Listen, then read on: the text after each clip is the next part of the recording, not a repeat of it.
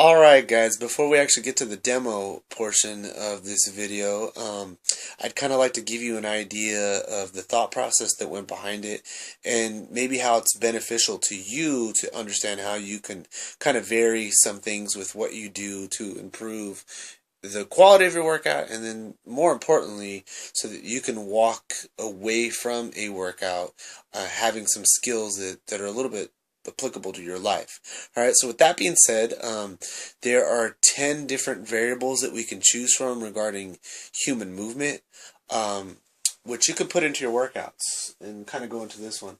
The ones that are highlighted in red are really the ones that we're going to kind of focus on with today's session. Anyways, when we design workouts, we look basically at 10 different items as far as movement goes. We're going to look at the action that you perform. We're going to look at the environment that the action's performed in. So for us, sometimes it's preferable to be in an unstable surface versus a stable surface. The position, not only the position that you start in, but the position that you finish in. Sometimes there's some real application of real life with that. The driver is something that's not really talked about a whole lot, but that's the part of your body that initiates the movement, which is really important in learning how to use your entire body for movement. The direction that you travel in, we'll talk about a little bit more about that in a minute. The height that the action's performed in, again, there's some real life application to that. The distance that the exercise is done at. The load that you carry, which that's an obvious one that people manipulate all the time when they lift heavier weights for less repetitions, or they lift lighter weight for more repetitions. The rate at which you move, again, there's different examples in life of having to move at different speeds, and we're going to try to match that. The duration, meaning the time that you exercise for, or the number of repetitions, so on and so forth, and that's something that we'll cover a little bit more in detail too. So with that being said, the two things that we're really concentrating on with today's workout are action and direction. So basically, when it comes to humans, there are 8 basic things that you could do. You could squat, you can lunge, you can jump, you can press, you can pull, you can lift, you can reach, you can walk. Today you're going to see examples of lunging, pressing, pulling, and reaching. You're also going to see us move in different directions. And we're going to cover all 3 of them today. There's the sagittal plane, which basically cuts your body into right and left halves. There's the frontal plane, which cuts you into front and back. And then there's also the transverse plane, which involves rotation and twisting. Okay? So check out the demo. It's coming up next. And then following that, I'm going to talk real quickly about how exactly you want to do what you see. Okay? All right, see you in a second. Bye.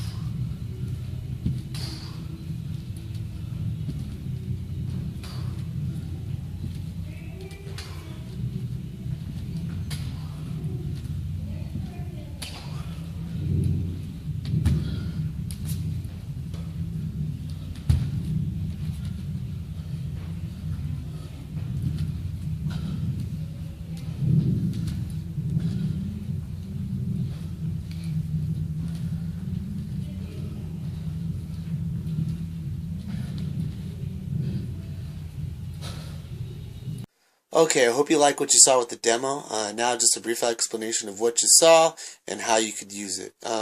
Basically, there was a pattern that was followed.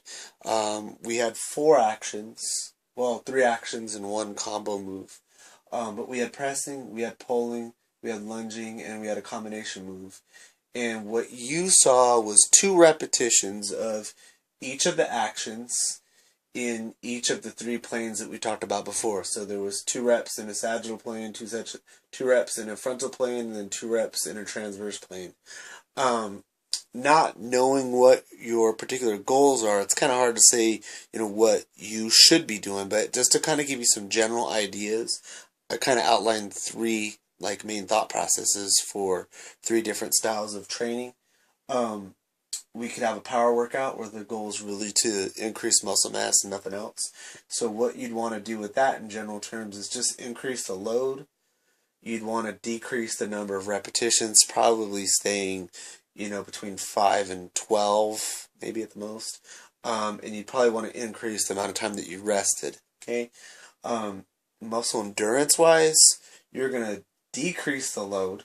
So you're going to get a little bit lighter. You're going to dramatically increase the repetitions. So we're probably talking in the neighborhood of 20 to 25. And at the same time, you want to reduce the amount of time that you're resting for. For me, as a professional, I think probably the most common goal is to lose fat. So for us, in terms of workouts, it's kind of been popularized to just call it a metabolic workout. So I'm going to kind of give you an idea with this type of training. What I would do is set a 30-minute time limit on this workout. Okay, so just take out your phone or stopwatch, set it for 30 minutes. When it beeps, you're done. Okay, but how are you going to do the particulars of it? What you saw in the video was 2 reps of everything. Maybe start off with just 1 rep of everything. And then what I'd like you to do is at the end of each completed round, add another rep. So the first round is going to be 1 rep of everything, second round 2 reps of everything, so on and so forth. And your goal is to get as many rounds, adding a rep every round, that you possibly can in 30 minutes. Now, with that being said, rest all that you need and however often you need. The big deal is, though, is that the clock is never going to stop. It's going to keep on ticking. Okay? Get a journal. Write it down somewhere. Maybe do this workout a couple times a week for, a month or so. And let your goal be to improve. Get another repetition in. Get another round in that same amount of time. Okay? I hope this helps. I know my handwriting is terrible. I did a blog on this. It basically is going to say almost the same things. Maybe go a little bit more in detail on some things. But it's rangeofmotionblog.com. I'll put the link down at the bottom. Okay? All right. Let me know if you have any questions. Take care. Have a good one.